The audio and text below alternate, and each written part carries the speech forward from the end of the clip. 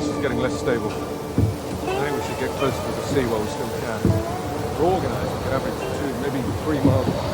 At last, on April the 9th, 1916, the floes broke up enough for the boats to be launched. We were then 60 miles southeast of Elephant Island. Shackleton took command of one boat, Hudson the smallest, and I was in charge of the third.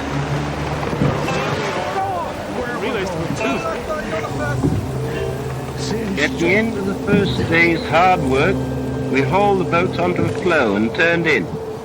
20 minutes after, we discovered that the floe had cracked across. There was no more sleep that night. We watched till dawn and then launched the boats.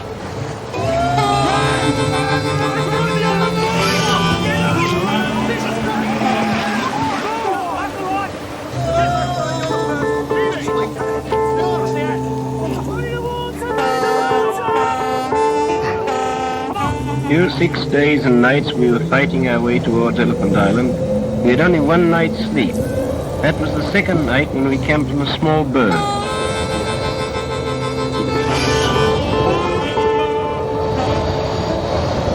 In the morning we found that the pack ice had closed all round our berg, cutting off our retreat. A heavy northwest swell was rolling through the pack ice in the open sea. We were in grave danger, for at almost any minute the berg we were on might crack across or capsize. If you can't pull, get away from the oars. Making it harder for everyone else.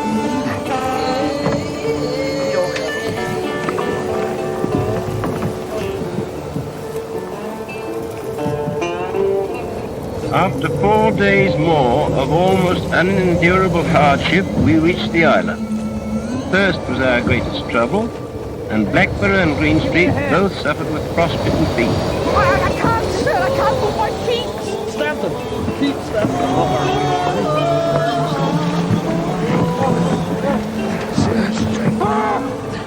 Blackburn? Here, sir. No one's ever landed on Elephant Island before. As the youngest of the party, you'll be the first to step ashore. Yes, sir. Yes, sir. We approached the island and sailed along it for 12 miles of cliffs and glacier fronts. There was no possible place to land. Then I saw a rocky beach and made for it.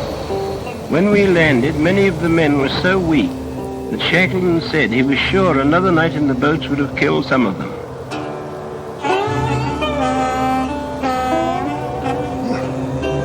It took 6 hours to haul the boats and stores ashore. A hot ration was prepared. Our camp was only 3 or 4 feet above the sea level. The cliffs at the back were impossible to climb, and the first gale would have swept us into the sea.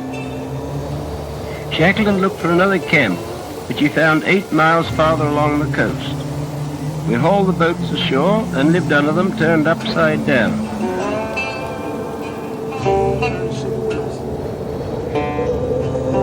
Shackleton realized the difficulty of feeding 28 men through the winter on what seemed to us a totally godforsaken island. If 6 went to help, it would be 6 less to feed, and we expected to return in 5 weeks to rescue the others. It was hopeless to attempt to reach Cape Horn or the Falkland Islands against the heavy westerly gales which blow there all the year round. So we hoped to reach one of the whaling stations of South Georgia, 800 miles away.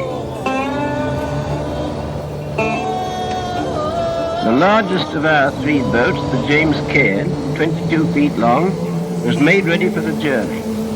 We nailed lids of boxes, sledge runners, and bits of canvas over the top to prevent the seas breaking directly onto us. We ballasted her with 1,500 weight of shingle and rocks and provisioned her for 30 days.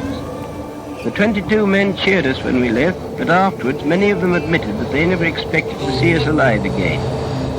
The crew for the journey consisted of Shackleton, Crean, McCarty A.B., McNeish the carpenter, Vincent the boatswain, and myself. The night before he leaves, he writes a note to Frank Wild. April the 23rd, 1916, Elephant Island. In the event of my not surviving the boat journey to South Georgia, you will do your best for the rescue of the party. You are in full command from the time the boat leaves this island. You can convey my love to my people and say I tried my best. Yours sincerely, E.H. Shackleton.